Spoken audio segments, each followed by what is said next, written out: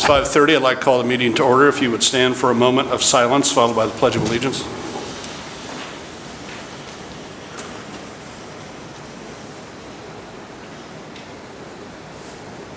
I pledge allegiance to the flag of the United States of America and to the republic for which it stands, one nation, under God, indivisible, with liberty and justice for all. Okay, welcome everyone, and welcome everyone who's watching from home. Madam Clerk, please call the roll. Trustee DeVore. Present. Trustee Gadd. Present. Trustee Kazam. Present. Trustee Reichert. Trustee Wigginton. Present. Trustee Weisenberg. Present. All right, we do have a quorum. The first order of business is approval of the minutes from the Board of Trustees meeting June 18th, 2024. I'd ask for a motion to approve the minutes. So moved. Second. It's been moved and seconded to approve the minutes. Are there any questions on the minutes or corrections to the minutes?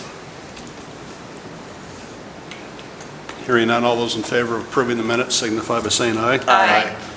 Those opposed? The ayes have it. We would be at comments from the audience on agenda items. If anyone would like to address the board on any of the items on the agenda, please come forward, give your name and address, and try and keep your remarks under 5 minutes. So public comment. Going once? Twice? Public comments closed. We did have a proclamation tonight honoring former Mayor Ray Pitzel. Ray was unable to be with us tonight, so we'll either get the proclamation to him or present it to him at a more convenient time for Mayor Pitzel. Old business. Any old business come before the board?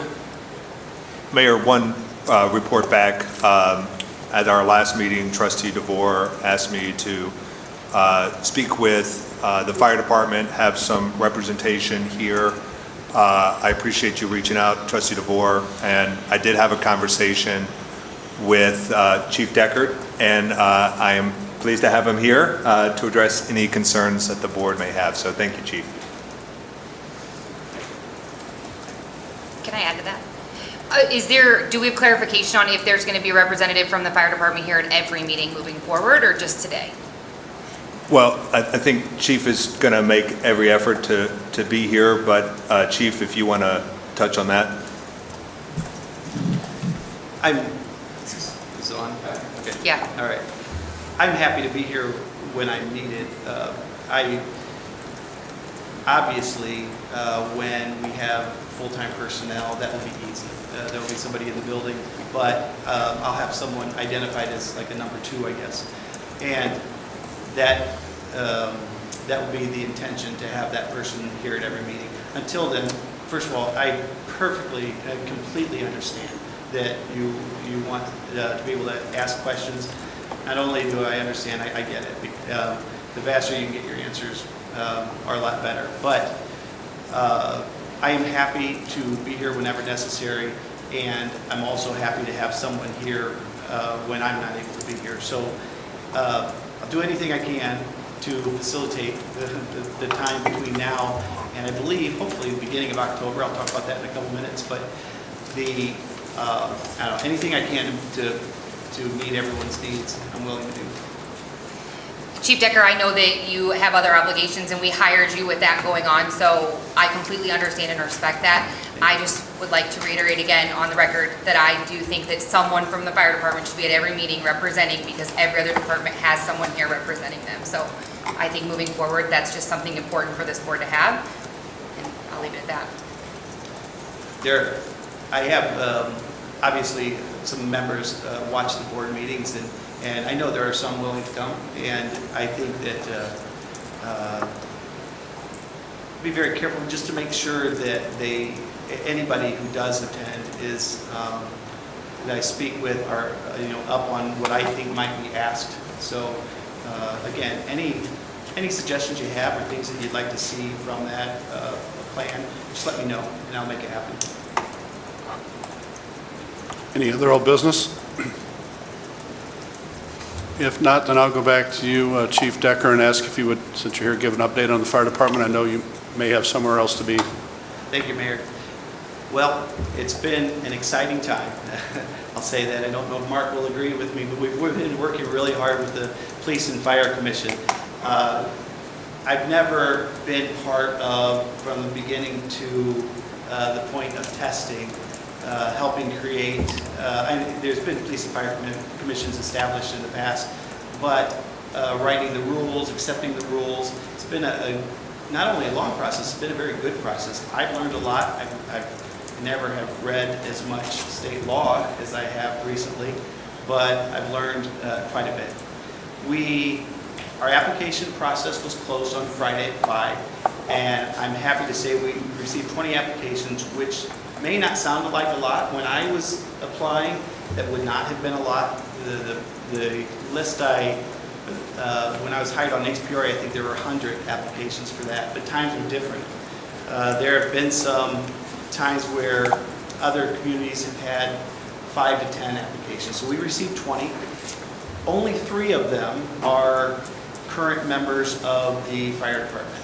And for different reasons, there were a couple others that I expected would, but it's one of those things where it's a new thing, and I know that one member is halfway through his time becoming a carpenter. So I understand that, but we do have 3 of our members who are in that process. The process is completely governed by state statute, and that's what Mark has been keeping everybody in line on. We have our orientation is Saturday. It'll be right here at 9 a.m. The following Saturday, which I believe is the 27th, is the written exam. We then we collect the tests from Standard Associates, I think is the name. We'll send them back to them. They will get them back to us by, I think, August 7th or 5th. The Police and Fire Commission will start interviews on the 12th of August, I believe, 12th through the 23rd. And then we hope to have a list established by the beginning of September. There are some legal words that how you have to establish a list, and then the list is posted for 10 days, and then come back and establish like a final list. Then it will be the process of hiring. Firefighters, when hired, it is a civil service exam, is a process that is very serious. So the background investigation is police officers are very serious to make sure that, I mean, literally, there are times where we are in people's homes and they may hand us their child, and we are entrusted with that. So we're very careful. Long, extensive background, medical exams, just to make sure that the best 3 people are hired. Hopefully, by October 1st, we will have that in place. We do have stipend positions that are being worked now, and we'll continue, but we'll go from 2 to 1 per day.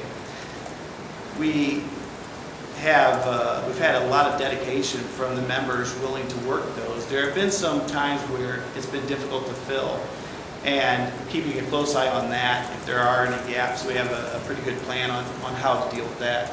But I think that when we have the full-time personnel here, there will be half as many stipend positions, so I'm hopeful that they'll make it easier for those to fill. Trustee Reichert isn't here tonight, but she made a good suggestion when I was here recently that said that, or asked why we don't team up, borrow, I guess, from other departments. It's a great idea. I've been speaking with some of the other Peoria County Fire Chiefs about that. There are some reservations, and I understand it, because if they are working a shift here, then they're not available for their community that night. I'm hopeful, though, that they will see the benefit to it, and that maybe some of our members could help out in their situation as well. So I think it's a good idea, and I am working on that. A couple other things. College is starting in August, and I'm already set up to attend the Fire 110 classes to try to promote anyone that's wanting to become a firefighter and hasn't yet established themselves with a volunteer department. I think Peoria Heights should be the place that they become a volunteer, because we will have the ability to offer, once trained to a certain level, the stipend positions. So that's exciting. I've been really encouraged since I've been here. We've got some members that put in some time that I never expected to see. One member recently asked if he could take on rejuvenating like the Explorer program, the cadet program, I guess it would be. And it's something that had dropped off, but there is value to it, because if you can catch someone when they are a freshman and get them interested in it, by the time they're a senior, that'll be their last year, then they can graduate from high school and then be a volunteer the following year if they go out now. So I'm encouraged about that, because that member bringing it to me, it turned into 3 of them. They're rewriting what the expectations are of the cadet program and where we're going to go with that. We had 1 cadet previously, and we put a pause on it because we had no direction. We had no real assigned duties and obligations and responsibilities. So instead of having that situation, we put a pause on it, and we're going to come back with a better plan. So when we start, again, with the starting of the school year, I wanted to speak with the teachers and administrators of Peoria Heights High School to try to get some kids that would be interested. So I guess those are the things that I can think of. Anything else that you'd like to ask about while I'm here? I have a question. So after, the plan is after you hire these positions, you would move from 2 to 1 in the stipend positions? Yes, ma'am. Yeah. Don't you need those 2 people, those 2 volunteers? So right now, we run 2 people on the engine at all times. They're both stipend positions. When we hire the 3 personnel, it'll be, their shift will be, they'll be on for 24 hours, and then they'll be off for 2 days. On for 24 hours and off for 2 days. So theirs will be a constant rotating shift. So then the second position on the engine will be the stipend position. So we'll still have 2 people on the engine at all times. One of them will be, I guess, the official representative of the village. It will be sworn, who will be held to a higher standard as far as soon as they start, it doesn't matter how much training they have, and some of them are pretty well experienced.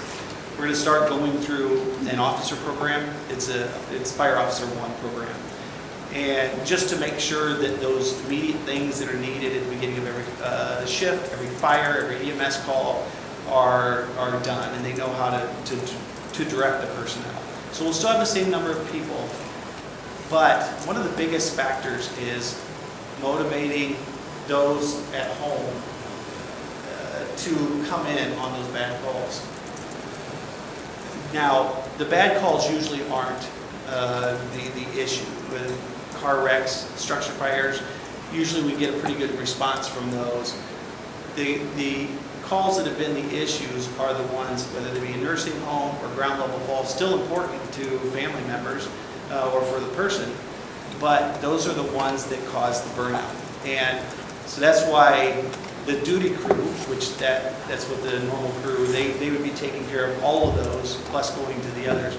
But I really want to build the number of people we have coming in behind.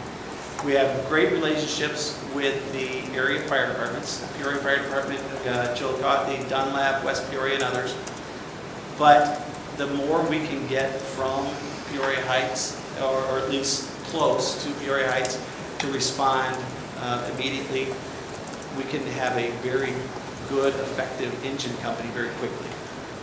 So I hope that answered your question. I didn't know if that was confusing, if I said too much. I just, from our private conversations, it's my understanding that you ideally need more than 2 people. So I guess I'm confused by that. NFPA says that within 8 minutes, every fire department should have upwards of 17 people on the fire ground. There's no way I would even be willing to ask the village of Peoria Heights it's no way we can afford it. And I understand that. East Peoria doesn't afford that. The way they're able to make that, though, is by mutual aid. So East Peoria, for example, when they have a structure fire call come in, they have automatic mutual aid with Northern Tazewell, Creek, or sometimes Washington and Morton, depending on where it is. Now, a city like Peoria, they don't have to rely on mutual aid because they have so many stations. I've been in Peoria on calls before, on EMS calls over the years, and actually one roof collapse of a nursing home. But not often do we go there just because of the resources they have. But we'll always need, in every department around here, except Peoria, needs help from mutual aid companies. We'll still do that. And the issue being, Peoria is a great resource.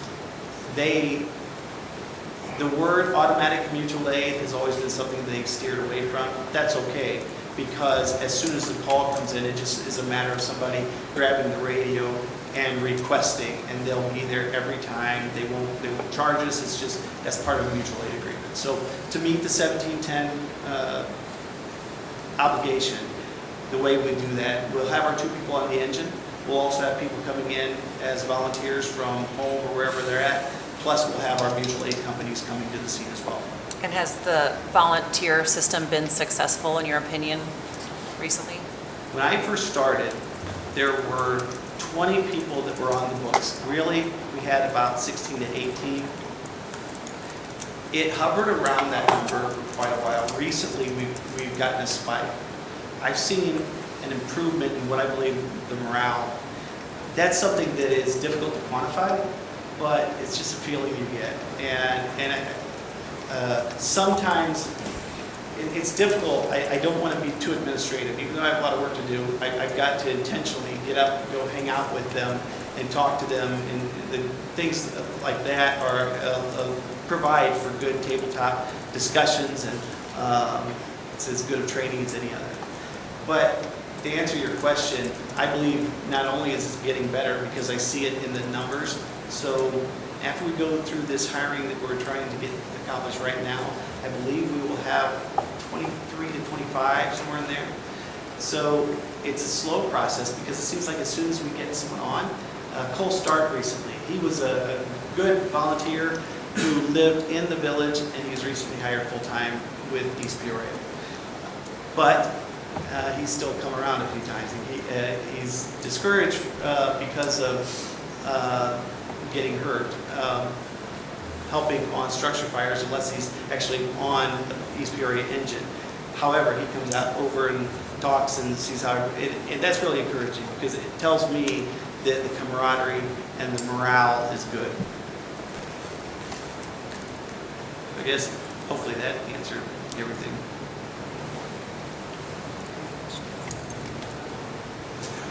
Chief, Yes.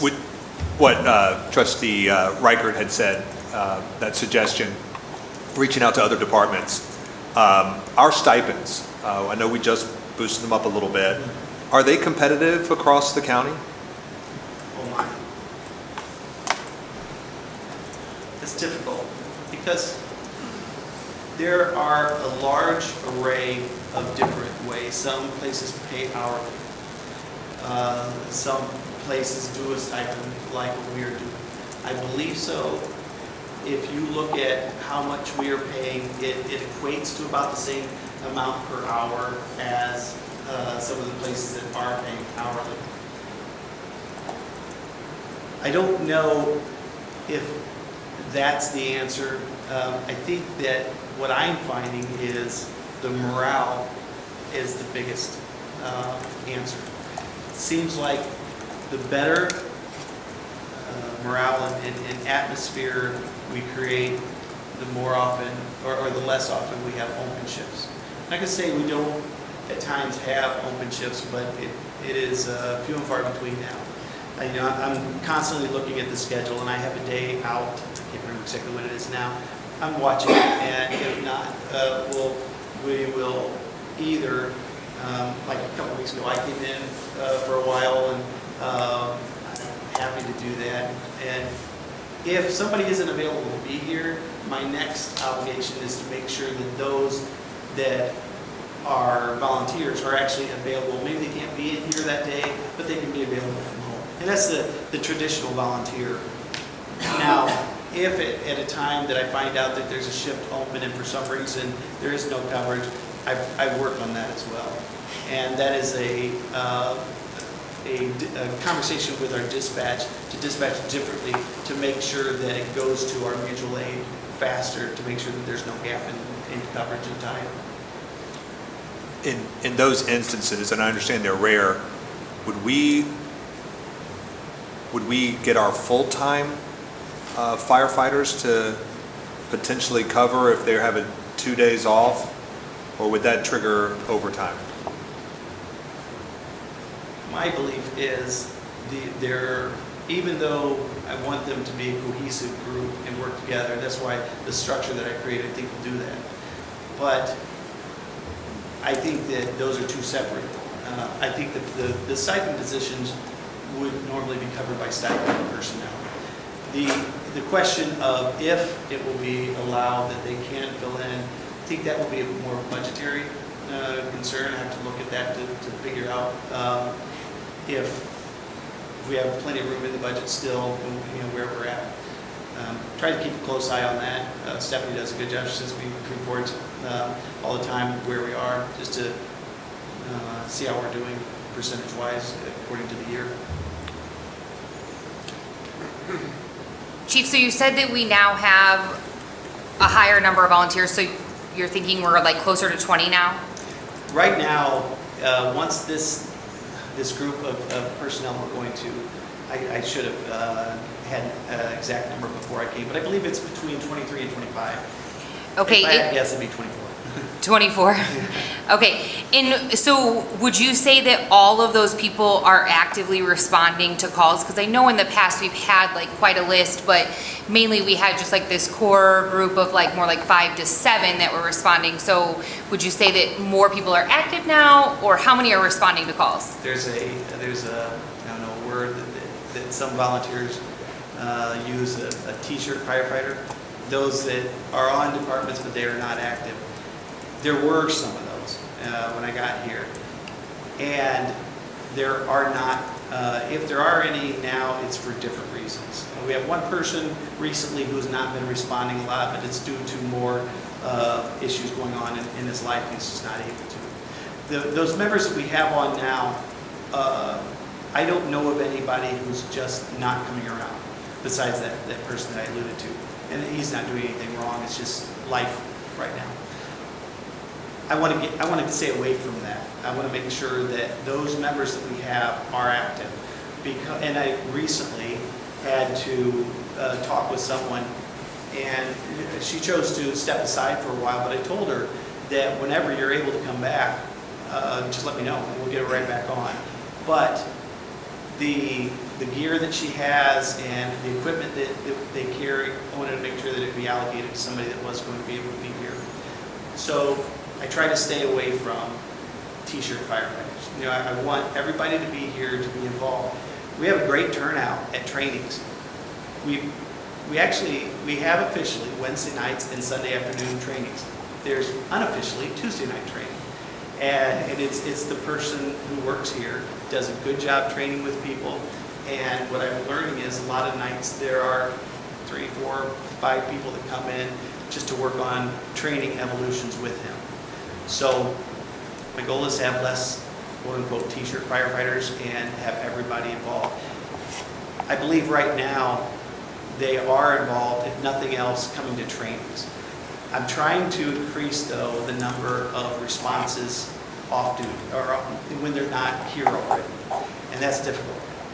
A couple of years ago, to combat the concern that we didn't have a lot of members living in the village, they opened it up to allow members who live a little bit farther away. And I understand that, but sometimes those who live farther away, they don't come in very often unless it is one of those larger incidents, like a major car accident or a significant structure fire. So when you use the word active, you would characterize that by saying they come to 95% of the calls, 90% of the calls, 80% of the calls, like active volunteerism to you is what? So most calls, with the duty crew, I would not expect them to come to. What I mean by that is a nursing home call, I would not expect them to come, because with our crew going there, getting there quickly, or a ground level fall at a resident's home, I wouldn't necessarily expect it. However, when we're called to a cardiac arrest, those are the ones that I would hope or expect them to come to. So to give you a percentage, no, it would be nowhere close to that, because most of the calls are in the lower, seriousness, I guess. I don't know what the actual percentages are. Went on a very, we go on very serious calls often, but probably about 10% of the actual, or of the total number of calls we go on would fall within that range, somewhere between 10 and 20%. So, no. We had a significant call a couple weeks ago, and I couldn't remember how many we had. It was overnight, which is problematic by itself. But I feel like, I can't remember how many we had, 5 to 7. Those are the ones that I'm wanting to increase, to try to get everybody who is available to keep their pager turned up, radio turned up loud, so they can be woken up if needed to, and to respond. Thank you. Anyone else? Thank you for being here. Thanks for that good report. We appreciate you answering all the questions. Thank you, Mayor. Okay, let's get into new business. The first is Resolution 2024-12, a resolution of the Village of Peoria Heights accepting an agreement for professional services with Hanson Professional Services for Phase 1 engineering for Complete Streets project on Prospect Avenue. Trustee Reichert is absent, so I'd ask for a motion to approve that. I can take that, Mayor. I make a motion to approve. Second? Second. Okay. Well, we have representatives in the audience this evening from Hanson, so we're happy to see you guys here. A few months ago, Trustee Reichert and I, with the Tri-County Regional Planning Commission and others, went through an RFP process, and Hanson was the company that was chosen to do the Phase 1 engineering for Prospect Road. If you don't mind coming to say something about the process and when it will commence. I think our vote tonight is critical, and then it goes to the state, from what I understand. Right, yeah, this is Kurt Bilebreski is the project manager. I'd like to introduce also Bryce Beckstrom, who's deputy project manager, and then Mike Breitbach, who's with Dewberry. Dewberry is one of the prime sub-consultants on the project, so Kurt.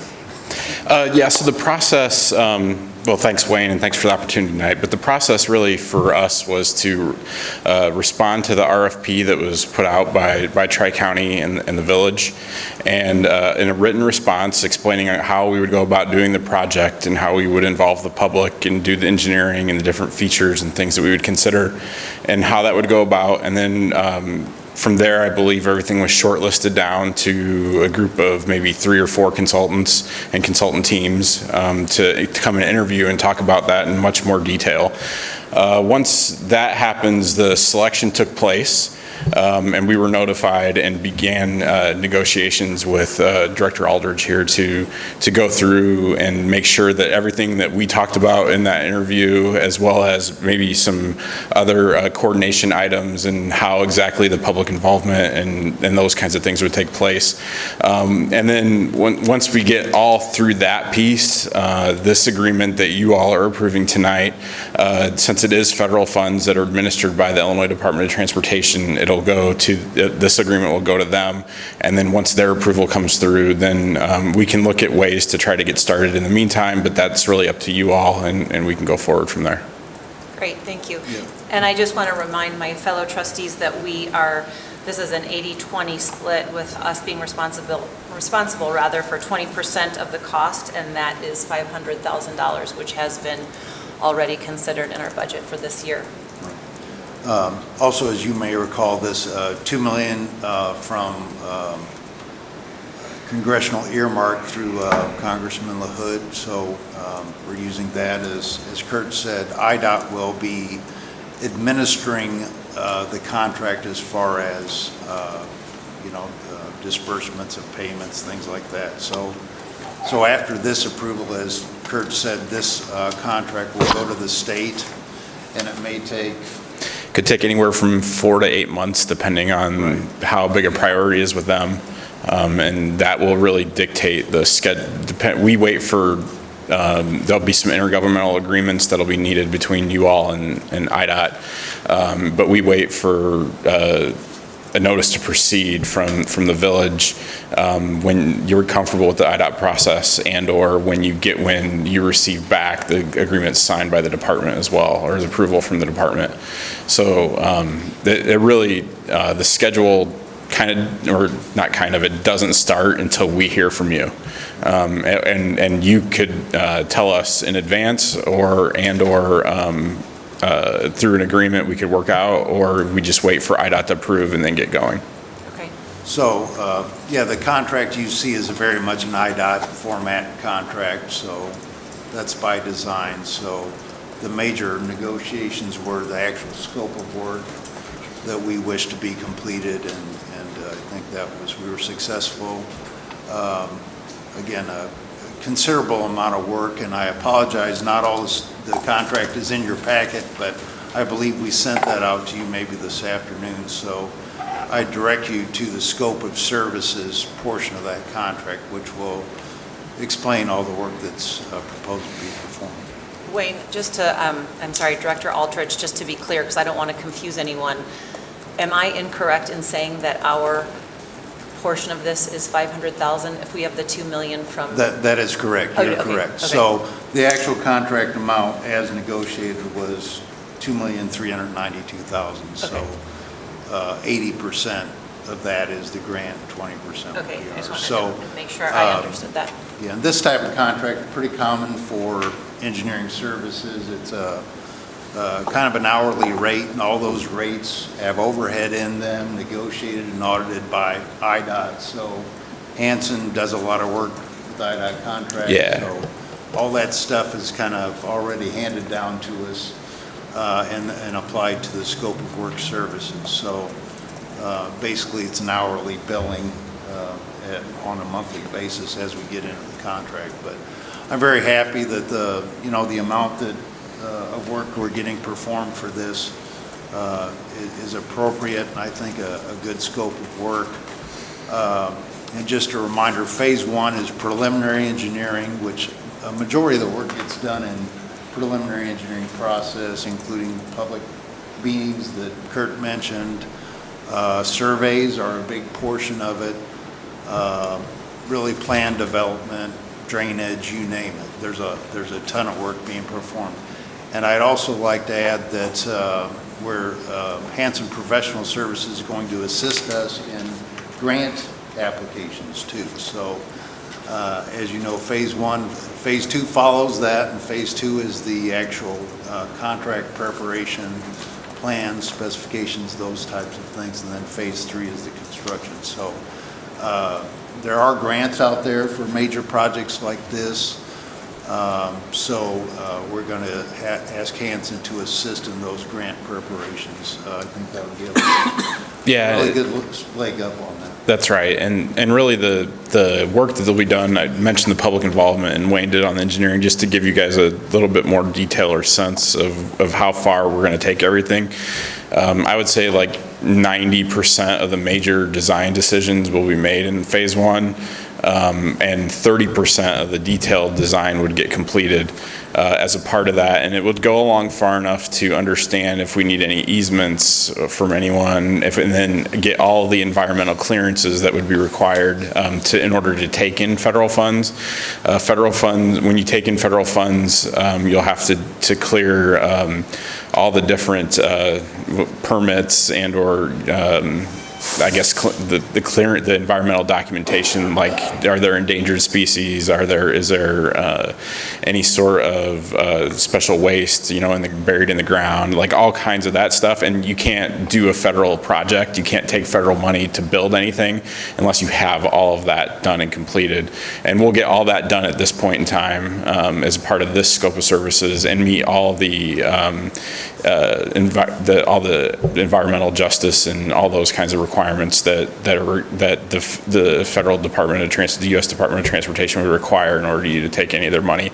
All that will be overseen by IDOT. as a part of this, and there will be somebody from FHWA that oversees that as well. And then when we are done with this process, you'll be able to build anything that we can fund. You'll be able to build the whole corridor based off of what those major design decisions in the 30% design detailed design that's completed. Phase 2 will take you the rest of the way to that 100% and you'll probably do it in some chunks. It's probably going to be one of the things we talked about in the interview and during the process with negotiations is those grant funds and what that looks like. But it's probably unlikely that we get enough money to build the whole thing all at once. But that could be possible. So we would be able to have it broken up in sections at that point too. That's great. Well, I mean, I remember from the process that one of the criterion was the success of the company or applicant in getting grants, and you have had a lot of success in that, so that's a good news for us. Also, we have other projects going on simultaneously, quite a few, as a matter of fact, and I'm sure Director Aldrich, if he hasn't already, will discuss with you the collaboration between other projects like the active transportation plan and different things like that. So all those things kind of play together, and we've mentioned them. All our teams will work as a bigger team in some aspects to get things coordinated, because it all kind of plays together. And all that was included in all those additional, they actually probably became additional meetings from the things that we talked about in the interview were added to the scope of services so that we could make sure that that we involved everyone and make sure and those voices are heard. That's great, thank you. Be an exciting project. I've worked with Hanson Professional Services probably most of my career in different aspects. So they've been around a long time, and Dewberry is certainly a big national firm as well, and does a lot of work in the Peoria area. So really happy and excited to get started with this contract. Question for Trustee Kazam, or perhaps maybe Clerk Turner. You had mentioned this was in the budget. I'm looking through the budget here. Where is it at? I know that there were some funds that were in the BDD. I believe that the majority are in TIF, and I believe that the full payment is broken out partially to be paid this year with the rest to be paid next year, since we don't anticipate that. So if we're looking at our financial documentation here, which line items is it coming out of? It'd be in the TIF funds. If it's TIF eligible, if not, we're going to have to get into reserves, and if you don't decide to go another route, then we would have to bond for it. But we're also talking about a 2-year timeline. Is that correct, Wayne? I think we anticipate about 20 months, 21 months for this project. So again, over a couple of years, projects like this are, in my knowledge, TIF eligible, whether you would bond for it or pay directly from TIF or general funds or... No, I understand that, but I'm trying to find it here in the documentation. Is it? So on page 15, I'm looking at the TIF fund. There's $80,000 in the engineering service. There's also $150 and $61.94, which is improvement other. Okay, so there's not a $500,000 line item somewhere? No, $250,000. It's split between $125 between TIF and BDD. Okay.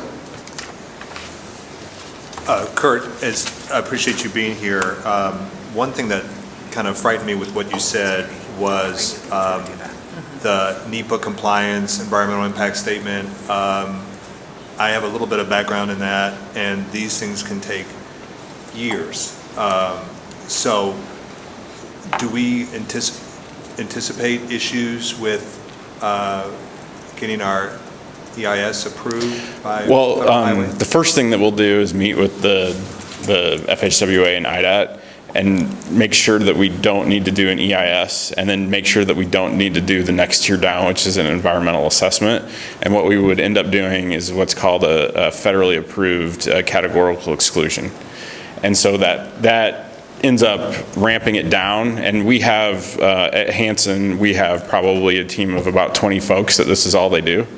And they work directly with the departments of transportation across the country to process these things and to make sure and know the arguments that need to be made to reduce that. And I would tell you we're 99% sure that that it's going to be a CE. What in the old vernacular was a CE2, but it's called a federally approved categorical exclusion at this point. Comes on a form. We don't have to write. We'll write sections of the report, but it's very prescriptive in the questions that need to be answered and the things that need to be done. Most of the, Bryce could correct me here, but what's going to take the majority of the lead time is working through that 30% design, and not from the consultant standpoint of getting that done, but it'll be the review by the Department of Transportation and the FHWA on those things, because we are talking about a complete street, so the things tend to get a little more complicated on the design aspects, because you have a lot of conflicts between a lot of different modes, and you got to do that safely and do that efficiently. So that'll get hashed around a little bit from them, and it's not necessarily the design standards for that are a little bit more. They allow for more judgment. So there's more discussions that take place as you go through on that, as opposed to very prescriptive on the engineering side of practicing those engineering like traditionally.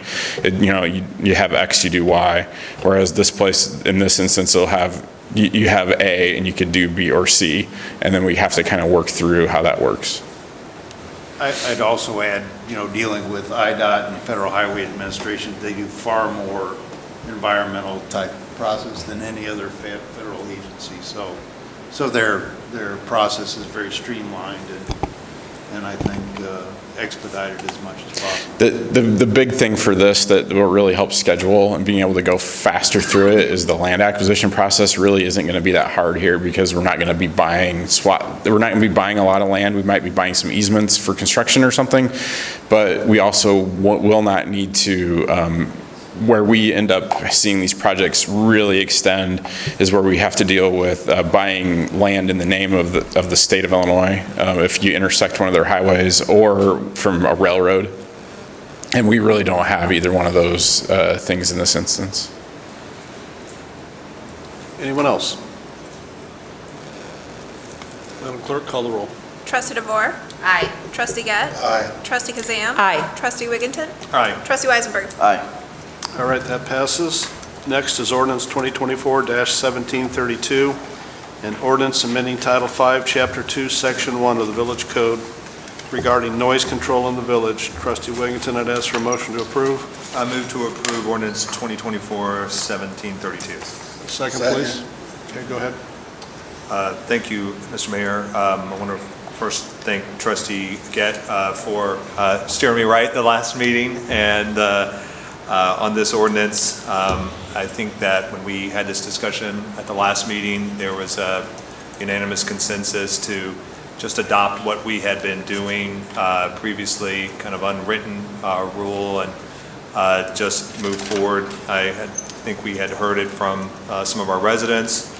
I know I had heard individually, and I think some other people had as well, how we're trying to really walk a balance between the business community and our residents here in the Heights, and make sure that everyone has a livable community. I know that Trustee Weisenberg and I had sat down a while ago and talked a little bit about this and what the best way to move forward. And again, I think just taking the bull by the horns, like Trustee Gett did, and knocking this out is probably the probably easiest path forward. So I didn't hear back from any of the trustees on this matter, so I assume that the consensus still remains. So I don't have anything to add, but I can answer any questions. I do have a question, Trustee Wigginton. I am in full support of changing this to 11 p.m., but there's something in here that refers to 50 feet, and I think that, let me find it really quickly. 521. The last two lines. Yeah, exactly. In such a manner as not to be plainly audible at a distance of 50 feet from the building, structure, or vehicle in which it was located shall be evidence of violation of this section. So I don't think that really is, I don't know why that was in there originally. Maybe council can refer to that. Was this, it just was in there? I didn't draft the original ordinance, but you typically have to have some very, objective criteria for determining a violation. Because 50 feet, I don't mean to interrupt you, I'm sorry, but if you had a band in the I can band shell here, I mean, that's just so. I can comment on that, Okay. Council. When this ordinance was adopted years ago, we did not have a lot of outdoor entertainment like we do now. I think that's why that was placed in there. That was more directed towards a vehicle, loud music, loud, stereo system. That's what it was directed towards. We did roll in, the past administration did roll in at the timeline that you're changing now, and that's one thing the police department did enforce as far as the outdoor concerts, is that timeline, but nothing else. Obviously, 50 feet is not very long, very far. So I think a couple things need to happen. One, either change that to a larger distance, or have two separate ordinances. One for that I was just referring to, and then one for the outdoor entertainment. That's what I would recommend. But either way, I would say that needs to be, if you're going to keep it as one ordinance, I would definitely extend that, because if that's what you decide, if that's what you're going to allow. I was thinking, but again, council, I mean, if you just omit it, it says here, producing or reproducing sound in such a manner as to disturb the peace, quiet, and comfort of the neighboring inhabitants. I mean, that right there will take care of this, because if you get a complaint, if there's egregious sound and someone, complains and the police come, they will assess whether or not. Just to be clear, the 50 feet measurement comes after 11. Yeah. Oh, okay. Oh, well, that changes everything. That's the standard for determining a violation at midnight or 1 in the morning. Okay. Okay, well then, that's fine. That changes I was thinking, okay, thank you for clarifying that. That's not Okay. before 11. Okay, So- okay. And one thing, and Chief, I'm thinking in terms of regulating it from a public safety perspective. I think the mayor correctly stated our officers have a few other things to do as far as noise issues, as was recently, and again, how our officers responded to the issue at Bex and a few other places. As far as managing two different perspectives on, from one versus another, would you prefer it for it just to be cleaner across the village? Well, I'll go back, and you are correct, but I also don't want to downplay this topic, because this is a quality of life issue, and I don't want to speak for someone who's having a hard time, sleeping at night or whatever it might be, so I don't want to downplay this issue. But you are correct, where this falls on our spectrum, we do have other things that, I'm not saying it's not important, but I don't want to spend all night addressing it and going back to that location 2 or 3 times. If we have a violation and the board wants us to shut it down, we will do that. The only thing I was asking for some clarification on the timeline, because obviously we've already discussed how that was mainly just a verbal years ago, how that was extended, and I wanted something for our guys to look. And plus, people at home can pull the ordinance up online and see exactly what it is. So, but we will do whatever the board would like us to do. Well, as far as I'm concerned, understanding now that it's 50 feet after 11 o'clock clarifies everything for me, and thank you for explaining that. Sure. So I got a few questions, mostly some questions for council, and then also a few statements. If there's an ordinance posted on our website, that ordinance has gone through the legal process of being voted on by the village board, codified, Yeah. and then put on the website. If you caught the error, there's a codifier made in the time that Who says it's an error? well, I mean, it's here, so. codifier is supposed to take the official ordinance and put it online, number it sequentially. You'll notice at the top of this ordinance, it's ordinance number 2024-1732. They put it into code format, so it's, chapter, title, and section. So that's their main goal. They do occasionally make typographical errors, and I think we found with this ordinance, that's exactly what happened. The official ordinance and the codified version online didn't square. The official ordinance on our books is what is the actual law of the village. And that one says 10 o'clock. And it says 10. and so we're changing it. Yeah, I know. Yeah. It's just a complete coincidence that they made the typo. Yeah. And then just a quick statement, Mayor. I've had quite a bit, since getting elected in 2019, I've had quite a bit of residents who have emailed me, texted me, and called me about noise in the village of Peoria Heights. And they aren't necessarily against the music. Like, they like sitting out at an establishment enjoying music just like anyone else does. What bothers them is when they're sitting in their house where they pay a significant amount of property tax to live in and can't even watch their television. That is the problem. It's the volume, not the existence of the music. Noise ordinances exist to safeguard the peace and comfort of our citizens in their homes, right? That's the primary purpose of these ordinances, is to guard against those disturbances that disrupt the tranquility of someone's home. I mean, we pay a lot of money. My property taxes went up 27%. I'm at like $4,500. And if I had to sit in my living room and listen to Taylor Swift covers, writing that check, I would not be happy. I would not be happy. And fortunately, on Francis, I don't sit there and listen to Taylor Swift covers at 10 o'clock at night. But I would like to play something for the board here real quickly, Mayor, if I could. I got a call and a message from citizens a couple weeks back. And I like to, when I get these complaints, I never know if, you know, some people are more sensitive to music than other people are. So I didn't really know what was actually going on.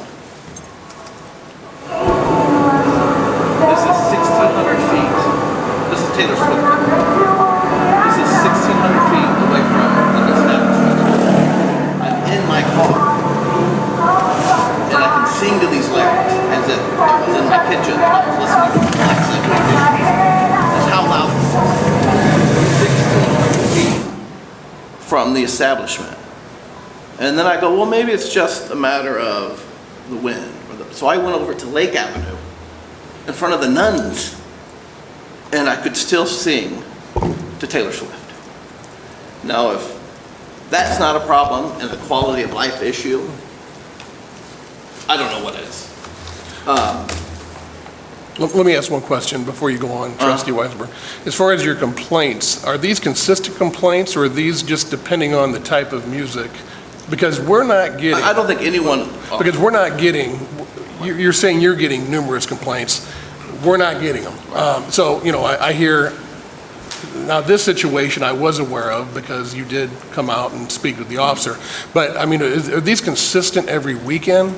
The volume is a consistent complaint, and just for the record, I wasn't the only one that got that email that night. I don't know who it was sent to, but they've reached out to multiple board members. It wasn't just me. So yes, it's consistent complaints, but the attitude I get from the citizens is that no one cares. That apparently a sales tax dollar is more important than a property tax dollar, and that the citizens of Peoria Heights don't have, you know, the right to live in their home without being disturbed. And when evaluating this change to this ordinance, it is essential, I think, to consider that we align ourselves with what the fundamental goal of a noise ordinance is, and it's to protect the peace and quiet and tranquility of children, of people in their home. No one cares about that people are sitting out at an establishment having a beer, listening to music. That is not what bothers anybody. What bothers people is when they're sitting in their living room trying to enjoy their house, which is very expensive, and they're listening to Taylor Swift or Kendrick Lamar or whatever music is playing. And when this meeting started, the fire department had a call, and that siren was quite loud in here. Imagine if I set up here at 5:30 every Tuesday with some rented speakers and amplifiers from Peoria Sound and just blared music. There would be no meeting here. We wouldn't be able to have a meeting. So to say that there's no restriction on how loud music can be is anarchy. I don't think any of the restaurants would like me to sit in front of their restaurants and blare music into the restaurants while patrons are having dinner. Trustee Weisenberg, but by changing the time, are we saying that we don't care how loud it is? I don't think that's what we're saying No, at all. I got more questions. Okay, but I haven't- I'm asking you right. that question. Yeah, I haven't gotten to that part Okay. yet. I have other concerns about our Because ordinance. it says right here, such as a manner as to disturb the peace, quiet, and comfort of the neighboring inhabitants. That is not allowed in our community. So- That is not enforced, because I tell you, Taylor Swift was playing in the living rooms Okay. of everyone within 1,600 feet of a certain establishment that night. I didn't go around that night, but my husband and I do, because, you Right. know, we're kind of boring, drive around on the weekends to try to listen to these different bands, because I share your concern. It does vary. I share your concern. I mean, It does vary by type of music, Yeah. the band. This past weekend on Saturday was pretty decent. yeah. And I don't disagree with you. I've experienced myself, the worst is for me to have to listen to karaoke. And I'm not making a joke of that. And just very recently, I'm hearing music at 11:45, and I got in my car to find out where it was coming from. Yeah, and I don't want to point out any establishments. That's not what I'm here to do today. But there are certain establishments, there's several that do loud music. One, I can enjoy I don't even want to tell you when I'm eating, but I can go around the building and not hear it. One, I could hear at the Nuns. So there's a discrepancy between how loud the music is played between the different establishments. Like I said, this is not anything against music, it's about the volume of such music. I don't think it's I don't think it's every. Okay, so you're saying one establishment you go around, you don't hear it, but the other, a different establishment, you can hear it on Scioto, okay? I don't want it to be, I just feel like that's not always the case, okay? So I live on Scioto, I live 6 houses from the people that made a complaint about that, right? I was sitting in my living room with the windows and doors shut, the air conditioning running, and I could sing along to it. It was the loudest I'd ever heard it be, okay? But it was windy that night, it was. I also didn't have my TV on, so if I had had my TV on, would it have been less distracting? I don't know. But on Saturday, when I'm standing in my backyard this last Saturday letting my dogs out, I couldn't hear music from that same establishment at all. So I don't want it to be portrayed that it's every time they have music, because it is not always that loud on Scioto. It has never once rattled the windows of my home. Like, that one instance in the 10 years I've lived there is the only time that I've been able to sing along to the lyrics in my home. And one of the things I experienced that night is the law enforcement, which are great guys, by the way,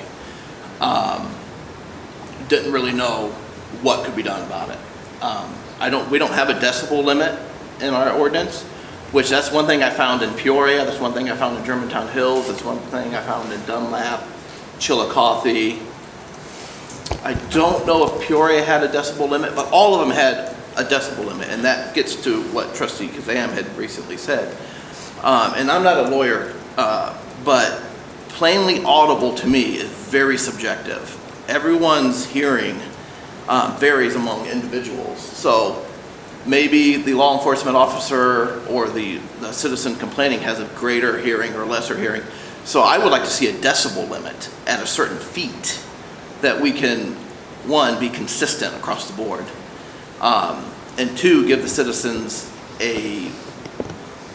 some protections against disruptions in their living room. Because I'm sure the night when we were rocking out to Taylor Swift, I'm sure the decibels were much higher that night than, as Trustee DeVore said, than had been previously. I'm sorry. I would be interested to see how all those communities you just named enforce that, because out of all the communities you just named, Trustee Weisenberg, I have yet to see any decibel meter on any police. That's what I'm concerned with. So I guess that's my question too, as far as if we go that route, what level of enforcement, how is that going to be done? And I worry about that too, Chief, as far as from a police perspective. Our police already carry a lot of gear. We know that they carry their public safety and they carry fire extinguishers. They carry a lot of the a lot of the communities that you just mentioned, Trustee Weisberg, they contract with the county, and I'm sure that enforcement with the decibel, I mean, I understand putting it in. I just want to make sure we put the right things in the ordinance that are able to be enforced, because if we're not going to enforce it, to me, it's worthless. No, I agree, Yeah. and that's kind of where the sentiment I get from, not just the residents on Sayota, I get messages from people in Samuel. I mean, it's within that business district, I don't call it the blast radius, but that business district and the noise pollution, if you will, from that music. And I hear it on Francis. I hear music on Francis, but it's not to the level that I can hear it in my house. And that's the complaint. And going back to the officer, like you said, was it a crossroads on what to do? You have a couple different options. One, he could shut it down. So here we are trying to be business friendly for the most part. So again, not having that direction, and that's all we're asking for is let's, whatever you put in writing, we will enforce. And I don't want to, like I said, no one that's ever reached out to me has an issue with the fact that music is being played. They just don't want it in their house. Well, and we have had a lot of instances where we've had to go to businesses and say, it is very loud, would you please lower it? And they have, and it's worked out fine. That's kind of how we've been policing it. But again, like you said, it depends on the type of music too. Right. And that's not one size fits all, because the person that is listening, you keep saying Taylor Swift, maybe somebody does not want to hear that at all, who lives close, Right. but then again, 5 blocks away, they're fine with it. So there's not one size fits all. So we're trying to come up with something, a solution that everybody's happy with. I know the timeline we talked about, we discussed it in 21, we discussed it in 23, so that's why I was really pushing that clerical error be resolved tonight. Yeah, and So I- we had, And I don't want to Can we speak vote for, on that tonight? Because, and not to interrupt you, I'm sorry, Trustee Weisenberg, but I think we need to bring this time, clean this up. I mean, the time to a vote. But the decibel thing, that gets really sticky. I mean, just like Trustee DeVore said, what if the wind is blowing one direction and another direction? And I'd rather not vote on anything until we know what we're voting on, and we know if it's enforceable. and if it's, no, I agree, Mayor. And Trustee Kazam, the complaints I've gotten, they wouldn't care if it played till 1 a.m. as long as it wasn't in the living room. So, I understand where you're coming from. I also want you to know that where I live, I can also be in my living room and I can hear the commentators from the high school football team and the marching band from both the Peoria Stadium and Peoria Heights High School. So, let's say we put a decibel limit at 1,000 feet. So then I'm more than 1,000 feet away from Peoria Stadium and I can hear that. It's definitely louder in the decibels than that. What do we do about that situation? I think that it gets a little hairy. one thing I think the people who have reached out to me, I think if they had some clarity within the new noise ordinance, that they could get relief if it was bad a certain night. I think that would. I agree with you, Trustee Weisenberg, as far as seeking relief. You're right, the quiet enjoyment of your own home is important. Now, it's my understanding, and administration can correct me if I'm wrong here, but a lot of these businesses in our community self-regulate, or if they are called out by officers, they don't know what to do, I'd probably go talk to the people in charge at that business. How are you going to enforce the decibel situation of it? I don't want to be sending our police officers with decibel meters and standing outside, enforcing the decibels. I think it's better just for them to come up, and if they think it's too loud, that's a slippery slope we've talked about this before, Chief. Have a guy go down, we had him down there on Pizza Works. Yeah, that topic was brought up years ago. That goes back a long ways. Yeah, and to answer your question, all establishments are different. There are some establishments we continuously have to go to that continuously get fined on a regular basis. There are some that when we do reach out to them, they're 100% compliant. So there, and we're only talking about a few, and I'm not going to name any, but some, yeah, we do consistently have to go to, and not, in just this last weekend, we didn't get any complaints on one, the officers went there, because it was past time. Not one complaint came in, they went there proactively, went right in and said, turn it off. And it was addressed. In fact, I talked to one of the owners of the complex today about it. So, the guys they do understand this is, I want them to be a little bit more attentive to this, than just be reactive. And this was a good example that we just had last week end. But there are some establishments that are outstanding. Whenever we reach out to them during the concert, they turn it right down. But to Trustee Weisenberg's point, Chief, there is some recourse as far as when they make complaints. These businesses who are your repeat offenders are being fined. Yes. There is some They're recourse. being fined because they play after 11, or because what are they actually violating? Because our ordinance doesn't have. Well, as we've discussed for years, we have been enforcing the 11 o'clock, remember the verbal, so we've been doing that. But also we've had some isolated instances where the volume is turned down and then it's turned back up. And we're not doing this all night. We have other things to do. So that will trigger a fine. So there's really not one or the other, it's a little of both. Right. And counsel, how does that work without being able to specify what the volume is, or the distance, or? If you get more than one complaint from a neighbor, it's disturbing fees. More than one complaint?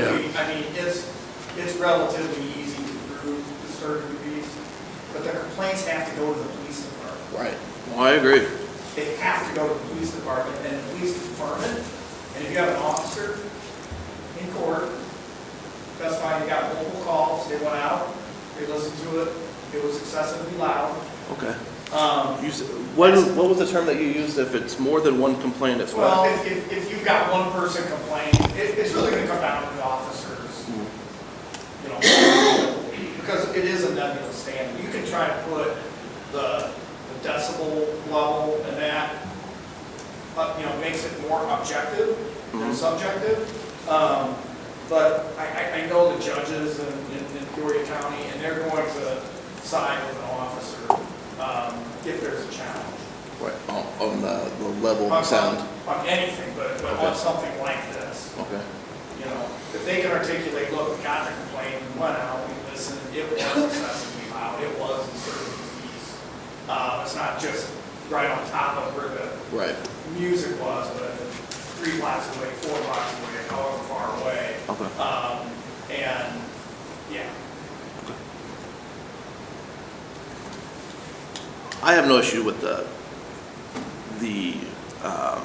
duration of the sound, as long as, if someone has music in their living room, they can seek some sort of relief from the village to rectify that issue. Because that is the issue. It's not how long it goes. If they didn't hear it, they wouldn't care. So building our ordinance or communicating to the citizens of Peoria Heights that there is relief if you have music in your living room at night when you're trying to watch Fox News. Here's how that's handled. That is, I think, what people... Well, I guess my question would be, why do they feel like there's no relief when they don't call? From us, from the police department. Right. We have to get the complaints to respond. Right. But I asked that question, and they tell me because they don't think anyone cares, because nothing ever gets done about it. But it still has, they could It still call has- you or they I could know. call me, but it still has to originate with police. Well, like council said, when you go to the administrative adjudication. Right, no, We yeah, I have to, agree. we have to have a complaint, we have to generate a report, I agree. so it's part of the process. So I guess that's my question, is I hate for them to feel that way, if Right, they've me never too. called. Now, if they call, and our guys short arm it, well, then that's an administrative issue, and I'll take care of it. But I guess that's my question, because we do take this seriously. And like I said, we've discussed this at length in our command meetings, that, we want to make sure we're keeping an eye on this, and they just did last week. We didn't get one call, but the officer, like I said, proactively shut it down, so. The feedback, and I ask those same questions, the feedback I get is that the people who have the issues, they don't necessarily have any issue with law enforcement. Their lack of confidence is in the village government to do something about it. the feedback I've gotten regarding the police officers that come out when there are complaints have been nothing but good. It's just they don't, maybe it's the way the ordinance is written. Well, I want to make sure we're not missing anything, but we need them to call, because if we don't know, and I say this not on just ordinance complaints, but this is, suspicious people in the neighborhood. If we don't know, we don't know. And that's why I've been urging residents for years, I wish you would call. It's what we're here for. You're not bothering us, you're not, and if you get any flack from Peoria Dispatch, then you let me know. We pay for that service, I'll address it. But I want to make sure people are calling us, because if we don't know, we're busy, we are very busy, but we do have time for this stuff, Brandon. And I want to make sure that we get out and address it, but we need some clear-cut direction. That's my issue, so. I'd say we go ahead and pass this, and they're going to have, like the chief says, they're going to have to call him. They can't do anything about it if they don't get the phone call. Just like our water department can't do anything about it if you don't get the phone call. So they need to say, don't just say we're not going to get any help. Give them a chance to come in there and rectify the situation, because they'll do the best they can, and I have no problem. I have all the confidence in the world in our police department and all our other public services, but they can't do a darn thing about it if you don't call them and let them know what's going on. Simple as that. So, I mean, I'm not being, pushing these people away, but if they want it rectified, they got to call the guys who are going to take care of it. Simple as that. All right, we're going to bring this to an end. If you'd like to make a motion to defer, that's always in order. If not, I'm going to call the question. Do you think, Mayor, there's any, or Chief Sutton, do you think the ordinance needs any further clarification? Well, I want to get it right. I mean, I really do too. That's what. And I agree. This is a quality of life issue, Right. and we want to make sure that everyone feels comfortable that they can get their complaint addressed if there is a legitimate complaint of the noise ordinance being violated. And we're adhering to the 11 o'clock now. Yes. So what's the hurry? I have 100% confidence that if we get the phone calls and complaints, it will be addressed. I said in a manner that I think everybody will be happy. I really do think that. But we have to get the phone calls. But I want to state too, as the liquor commissioner, it really, I mean, having a liquor license and having a license to, an entertainment license is a privilege. And I said to the chief a couple of weeks ago, I heard another bar, they were still playing at 10 after 11. They ended it at 10 after 11, but it's 11 o'clock and it's following the rules. And we may have to look at increasing the fees for not complying. And we have, Mayor, and last year we doubled the fines for that reason right there, because, some repeat offenders were just not getting it. But I do think if we get the complaints, I'm confident we can address it where everybody's happy. But again, like I said, I understand why a lot of residents are reluctant to call, because one of my other jobs that I never thought I'd be doing is I'm also a part-time dispatcher. And when I say that, because everybody calls me, whether it's Friday night, Saturday night, and then I dispatch the cars, which we need to have that go through the system. I don't mind doing it. So I understand a lot of people are reluctant, because when they do call down there, they miss the customer service that we used to have on our own dispatch center. So I get that. And I don't mind it. But I hate for people to wait for some reason if they need immediate service. So I call the non-emergency number so we can get an officer there. Yep. I say we go ahead and pass this through as is tonight and give it a chance, and let's see how this dog barks, see if it does the job. And if it's not working in these, because we're not going to know if it's going to work unless we put it through and start using it. I say we go ahead and pass this through as is. All right, so do you have a motion, Trustee Weisenberg? Do I have the motion? Well, all right, I thought you had an interest in maybe in deferring. If you're not going to make that motion, I'm calling the question. No, I don't have interest in deferring. Okay, Madam Clerk? Trustee DeVore. Aye. Trustee Gett. Aye. Trustee Kazam. Aye. Trustee Wigginton. Aye. Trustee Weisenberg. Aye. All right, that passes. Next is approval of consent to assignment. Approval of consent to assignment for assignment of the agreement for collection and disposal of refuse and recyclable materials from GNO to GFL. Trustee DeVore, I'd ask for a motion to approve. I make a motion to approve. Second, please. Second. Go right ahead, Trustee DeVore. So from what I'm understanding, GNO has sold to GFL, and so now we need to have an agreement that we are going to keep our contract from GNO to GFL, and I believe someone is here today from GFL, correct? If you guys would like to come up, I think we do have some questions. Gary and Eric? I'm Gary Manis. I own GNO Disposal. I'm the president. After 44 years, it's time for me to retire. And GFL has approached me about purchasing it. We want to just get your consent so that they can continue with our contract. They're going to keep all my employees. They've leased my place of business for 5 years. So hopefully, the relationship will stay the same just the way it is now for the duration of this contract. Yep, our plan is to treat you all just like you're being treated now with Gary's employees. Yes, we are a large company. We have 80 municipal contracts that we administer in central Illinois.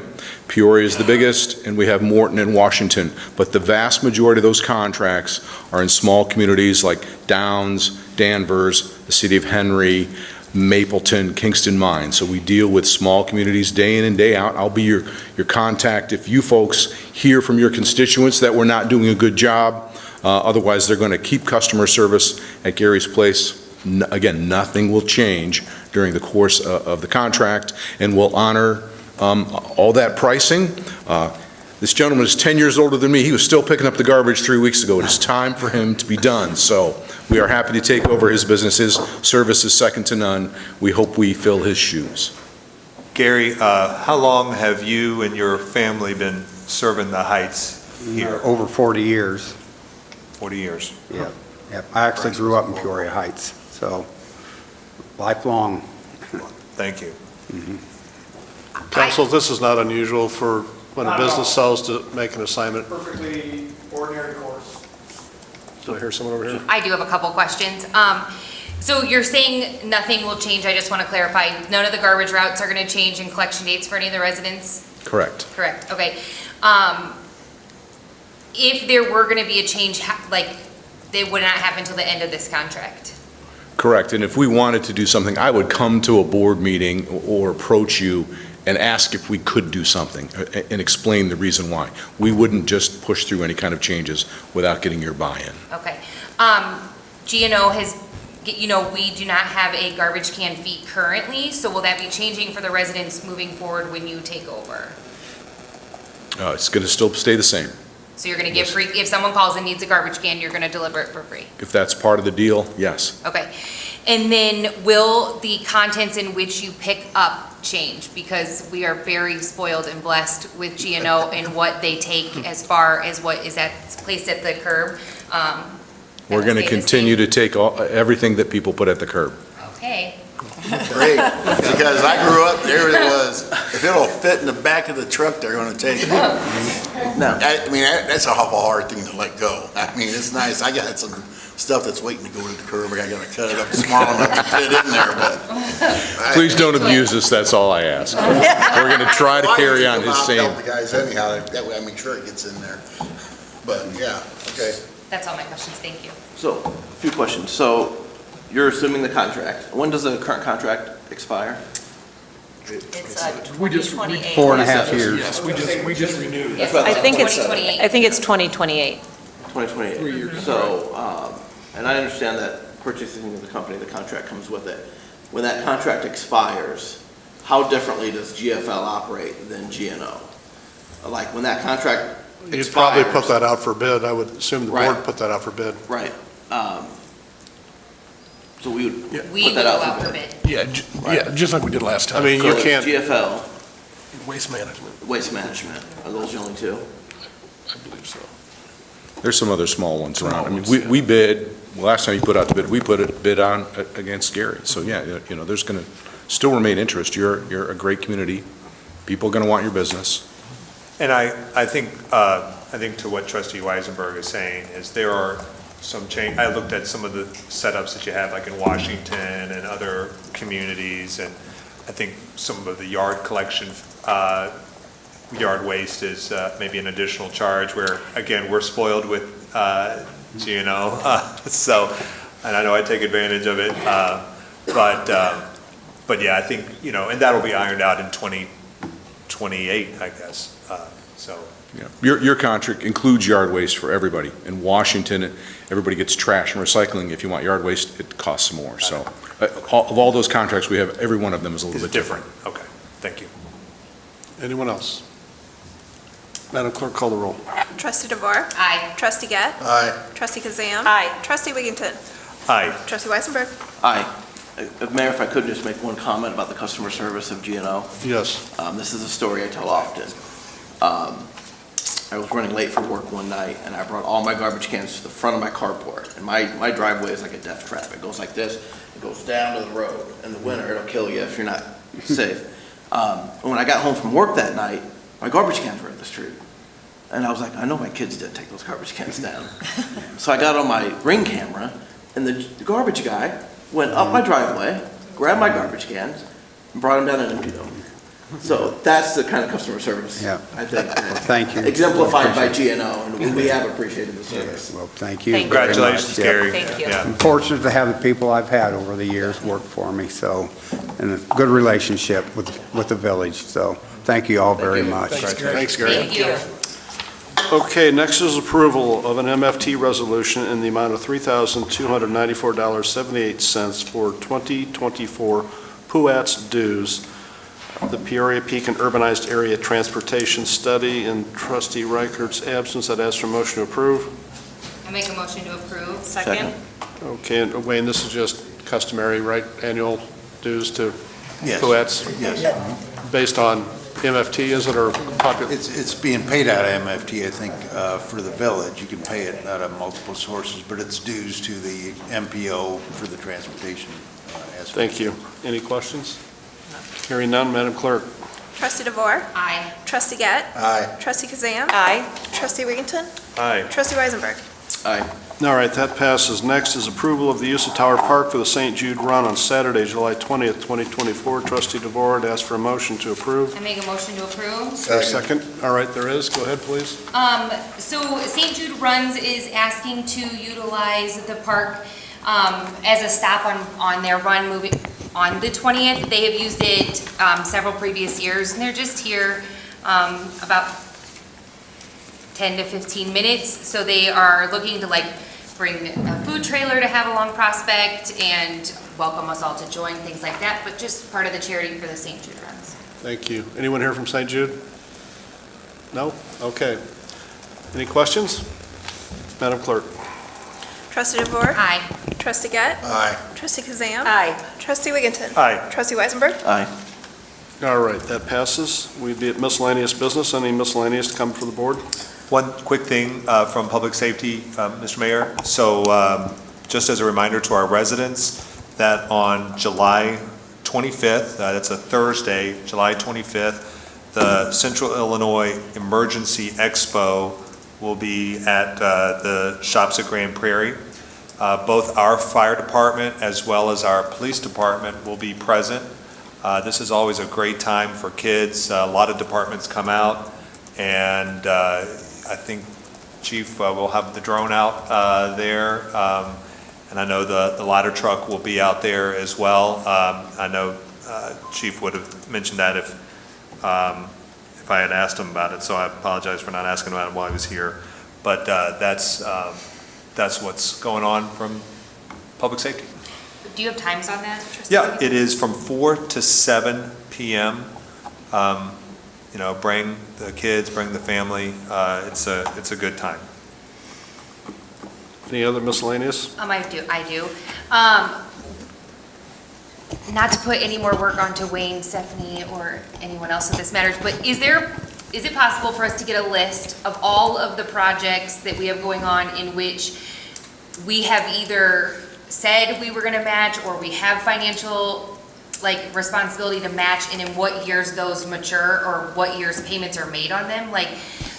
I I just am thinking, we have so much going on, it's like really hard to sit here and be like, okay, yeah, we'll match $500,000 and we're gonna pay for it this year and this year, but then last meeting we said we'd do 350, and I'm struggling to keep them all straight. Yeah, it We- is, it is. We do have a document outlining like what is coming out of, what's already earmarked for like TIF Yeah. and BDD, so I do have those documents if you'd like them. Basically, Woodard and Curran on water Yeah. capital, Yes. its prospect, à la carte options on Route 29 if the board would choose to. Can those be included in our packet? I mean, like as an addendum to the, The monthly, yeah, so we Budget, know yeah. when we're here having a conversation, we can refer to it. this probably would have helped trustee Weisenberg problem I was before the having TIF, earlier. because I had it right here. But- Oh, yeah, that's the problem I was having earlier. I Some of couldn't those, find the it. board Yeah. hasn't officially committed the money yet, right, council? I mean, it just, Well, and I But- appreciate you running that as well, Chief, because I Yeah. know I had mentioned that, and I appreciate you Right. doing that. I think it would be helpful though, even if we said, okay, these are the ones we've committed to, these are the ones that are in the pipeline that we haven't officially committed to, but we want to commit to, right? Like when we're making these decisions, I think, Yes. Well, in this example, it shows the available funds, which trustee Weisenberg was looking for, Right, right? that's what I was trying to Yeah. do. And I think we have that list. We prepared a list. We know all the grants that we have. And I think it would be, I think we're pretty committed to bringing to the board when we go for a grant. oh, sure, Hey, yeah. there's going to be a contribution here. Oh, and I think what So- trustee DeVore is just saying is that our margins are so thin on our budget, we want to, those Have are it in policy front of us. decisions, and that's a good question, because are you going to, there's probably not going to be an extra money in the budget itself, so you're going to have to take it out of reserves, I would think, because there's only so limited resources in TIF and BDD, and Sure. they're going to be depleted, but you don't want to spend all that money either for things like this and not have money available for an economic development project that might come along. So those are good questions, and maybe we could just drill down a little deeper, because I think we both understand Yeah. what everyone is getting at. Yeah, Well, it's so not that's that I have a problem, and Wayne, No. what you bringing us every grant, I love that, and so it's not that I have an issue, I just want to make sure that before I sit here and vote yes, that I want to make sure if I'm overcommitting us, if I'm voting yes, Well, you know, no, I like to see the list of what we want. The internal document exists, just a matter of getting you a copy, so that's not a problem at all. That'd be Not at great. all. Yeah. And I mean, quite often, and there's reason to celebrate. We celebrate a lot of times because we get a grant, but it's 20% is still 20%. Yeah, So, right. it's money that's down the road, but we need to be thinking of that today. Superintendent Chandler, could you give the board an update on the next ice picking round coming up? Yep, absolutely. Thank So everyone, we'll be sending letters out this week. Anyone who is going to be affected will receive a letter this week. It will be every address on Lake Street and south, including businesses, of course, all customers, for approximately, starting Sunday night at 10 o'clock. Just avoid using your water if possible. Flushing a toilet, no big deal. Taking a shower, maybe avoid that. Try and get it done before 10 o'clock. They will be done. We're doing it overnight to minimize the effect on people as much as possible.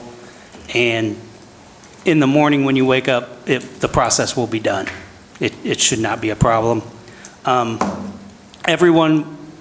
We encourage everyone who receives that letter to sign up for our notification system that we have in place now, because we can specifically choose each address that is going to be affected, possibly, and let them know that day, that tonight you could be affected. Avoid using your water if at all possible.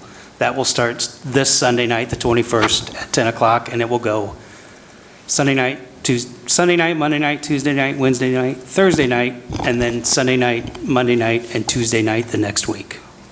This is all on Lake Street? Lake Street and south, so Illinois, Monroe, Boulevard, Hines, Hazard, everything south of Lake, all the way down to Wilson. So who's enforcing the shower ban? Just at night, while you're sleeping. Hopefully it will, I know some people are up late, but most people hopefully will be asleep when this process is even taking place. So every night for a week, basically? Yes, but not everyone will be affected Okay, every okay. night, just Yeah. that whole area. Every on- council is affected on for one night. Well, multiple nights, some will be multiple nights. Okay. But they will, please sign up for the notification system. I believe it's working very good. Anybody who gets it, we don't send them out a lot. We only send them out when we need to. We're not sending you something every week, hopefully.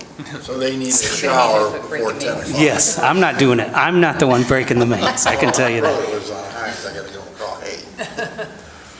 All right, any But other yeah, that's- miscellaneous? If not, we would be at general comments from the audience. If anyone would like to address the board on any general, please come forward, give your name and address. Keep your remarks under 5 minutes. Welcome. Kathy Jigley, 5007 North Glen Elm Drive. First of all, I want to thank everybody for all the jobs that you do, because of the fact that you keep the community in mind first and foremost. And safety is one thing that I'm always concerned about. The drivers on Glen Elm Drive and the speed that they exceed. I think they think of the speed limit as a suggestion, not as a rule or a law. And I would like to make some suggestions my own, some additional stop signs on Glen Elm to slow the traffic down. I'm one house from the curve, and not all of that is yellowed off or no parking in that whole area. But the other suggestion would be a stop sign at best, and a stop sign on each end of that curve coming so that they have to stop. And then on the odd streets, the house on either side, which would include me, that there be no parking. So when people are walking to and from the trail with their strollers and their kids and their dogs, they can at least see the traffic coming that is usually speeding right along. Safety is just utmost, and I just see all these, I mean, I can look out my window and see people having to jump aside because of people who are speeding all the time. They come down the street to go to Glen. As they're coming down that hill, I don't even think they know what their brakes are. So it's just outrageous. And thank you for also the comments about the sound, because not the music from the establishments, but some of the cars that are speeding by, the sound, it rattles the windows because they have no idea what a decibel is. So thank you, and I appreciate if you take into consideration doing some additional things, because when the stop sign was put at Francis, it helped a little bit. I was just going to talk about that. Yeah, I'm and so at Francis and Glen. yeah, and I'm there. I walk by there every day, and sometimes people think of stop signs as a suggestion. They don't stop there either, and I'm the first one with the big mouth yelling at them. Yeah. One of these days, somebody's going to come back and run over me because I'm yelling at them for speeding and not stopping. So I do know that law enforcement does a great job at patrolling that stop sign. Many nights when I'm out grilling, they'll be back by the trail, and they'll just be nailing people left and right that just blow past that stop sign. But the problem is everybody does it. So, I mean, second they leave, then they're back to doing it. Yeah. But I wouldn't mind more stop signs. Well, we can do that. If you don't mind, if you could just get a few signatures from some of the neighbors, but we could pass that very easily. Public Works can get the signs up quickly. If you could just get a few signatures, send them to either Chief Sutton or myself, or bring them up to Sarah. We'll get it on the agenda for the next meeting. Okay. Thank you very much. And I know they are a little costly, but the flashing speed signs are a possibility, and maybe even just flashing stop signs with the red flashing. Are they solar powered? I'm sorry. Yes, they are solar powered, yeah, but they are not free. How about, come on, how about one, so, I forget what town I was in, but they had the stop sign and they had a thing on top that just spins. It looked like it was blown by the wind almost. I don't know if it was motorized or not. Oh, I see what you're saying, it's like a little reflector. That would work during the day, I guess. Right. Headlights hit it, maybe. Yeah. It's something maybe we can look into, but an additional stop sign is also. I really think that as a community, we need to implore people to please pay attention to their speed and where they're driving. I was almost hit the other day. People are flying by on beach. Kids are running around and they're on their bikes. It's very, very dangerous. One of the things about Ogden is there's a speed limit that's not posted. So that means it defaults to 30. It's either 30 or 35. Okay. Well, if you go 30 down Ogden, it's like you're going 60. Yeah. The street's so small, there's cars parked on either side. I mean, really 20 is too fast with the size of the street, but. And Glen Elm is probably the heaviest traveled cut-through road in the Heights, I would say. Looking at the citations that are issued, that's got to be one of the most heavily traveled roads, and it's all cut-through traffic. I mean, I see the numbers every week. So we will definitely get back out there and do some more traffic enforcement. All right, welcome, Norm. Norm Reichert, 5016 Glen Elm. I was going to echo that too. I thought maybe they could move the stop sign from Ogden, Longview, down to Glen Elm. But they get coming down that hill, and they're just flying. I can show you on my Ring doorbell camera, I get every car, and they're just blurs going by. And I got 2 grandkids that live on that street, and we have no sidewalks. So, you know, they like to ride their bike and scooters and walk up to Grandpa's house, and they got to go in the street. And these cars are just like zooming. So, and one more thing. It's funny about the garbage thing, because I called today to get a garbage can, and G&O's number is not in service anymore.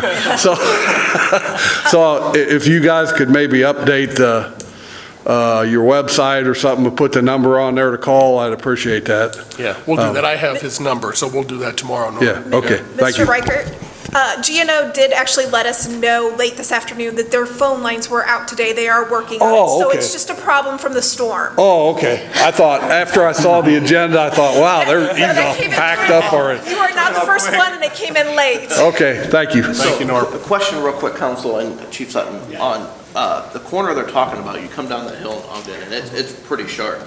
Could we slow, I think it's 25 down Glen Elm, but could we say, put like a special speed limit sign? Some people listen to it, some people won't. Let's say maybe 15. Because taking that corner at 25 miles an hour is not safe. Like you're Do you going to. think the stop sign, I think a stop sign at the corner would be the best. What corner are we talking? And I live up there too. I'm right by there, Norm. You know. We're talking about the corner right there by the Brown House. Yes, right, We're yeah. going to put a stop sign there? I mean, I think it would be very effective. I mean, it's not an intersection. I think people get they're rolling down that hill. How does you that know. work?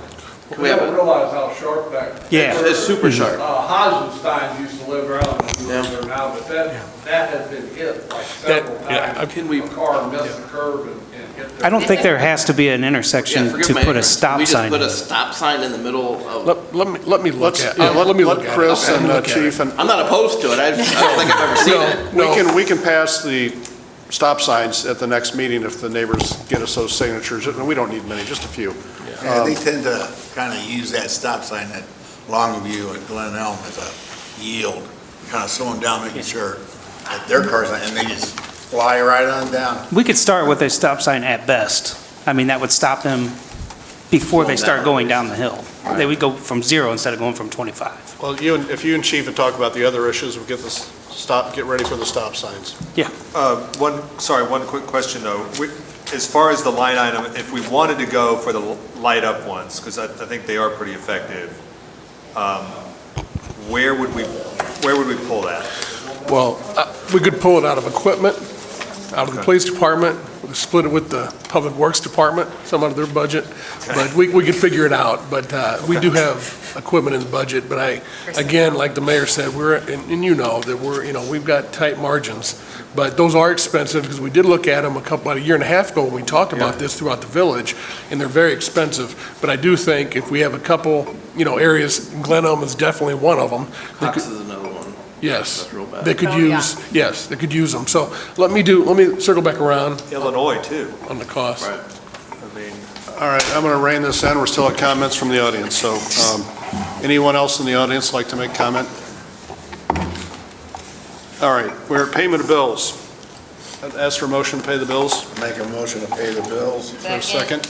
All right, it's been moved and seconded to pay the bills. Any discussion on the motion or question on any of the bills? Hearing none, Madam Clerk, call the roll. Trustee DeVore? Aye. Trustee Gett? Aye. Trustee Kazam? Aye. Trustee Wigginton? Aye. Trustee Weisenberg? Aye. All right, the bills are paid, motion passes. We'd be at the treasurer's report. Madam Clerk. As of the end of June, in the village-controlled accounts, there was $9,071,738.54. In the water-controlled accounts, there was $2,261,391.52. You've heard the treasurer's report. I would ask for a motion to approve. So moved. Second. Been moved and seconded to approve the report. Any discussion on the motion or questions on the report? Hearing none, Madam Clerk.